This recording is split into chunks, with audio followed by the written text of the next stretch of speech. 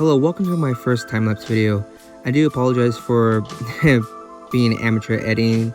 It is still my first video. Hopefully though you find this entertaining and at least somewhat helpful. So let's just jump right into this. So what I'm doing right now is just blocking everything in with big mass shapes and then going from larger shapes to smaller shapes. Doing this will make sure that everything is correctly proportioned with one another and finding those landmarks in the face. And basically it's kind of my map, making sure that I don't feel like I'm lost and just kind of, floating around and confused. It helps build up those layers. And the other thing that I'm also doing is that when I shade from light to dark values. I never reverse that order. I never go dark to light. And the reason for that is that it helps build up those layers and gradually work those in. Two is that sometimes you make mistakes and you need to adjust some values here and there. And if you start with a darker value, particularly with graphite, it can actually stain the paper, making it harder for you to fix it. Even after you erase it, you'll see a stain of the graphite left on that paper, and it's harder to adjust and even get rid of that.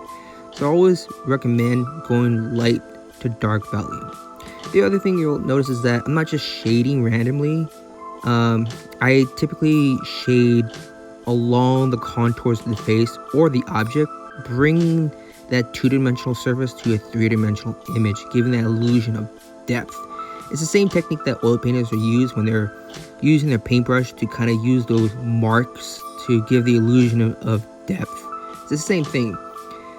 The other thing that you'll notice too is that I'm not just focusing on one area of the face or the portrait. I'm kind of bouncing back and forth throughout the entire image. And a long time ago when I used to take art classes, a long time ago, is our professors would tell us is that as students, don't focus on one part of the painting or drawing. It's a quick way to get lost and confused and make all your proportions look off. You want to work the entire image as a whole, bring it all together, not just focus on one area. And that would really help me out. After this, I'm filling the entire background in with ink, brush, and it really kind of gives a movement to the piece. I really love how the brushwork was working for it, and it really makes it more fluid, more movement to it, rather than just being still, if that makes sense. Also, really utilize the white of the paper for the suit of Beetlejuice, because he has a white black suit and it gives it that nice contrast. So I don't really fill in any graphites on that white paper. I just let that white paper do the work for me, and it gives that really nice contrast between the ink and the graphite, really making it pop. And then I just kind of repeat the process with the shade value, bringing those details in, working the smaller shades, bringing them details up and rendering everything up. And I just repeat the process with the hair too. When it comes to hair, I typically focus on major landmarks of the hair that are more noticeable.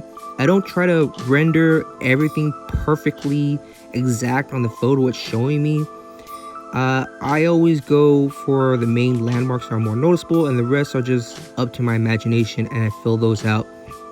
And that's basically it with this drawing. Yeah, so hopefully you found this video useful. Like, comment, and hopefully you subscribe. I understand if you don't. There will be more videos later down the line. Right now I'm just kind of finishing some projects and finishing a bigger oil painting project, and try to get to edit that as well. Hope the video will be better by that time. But yeah, hopefully you find this entertaining. All right, bye.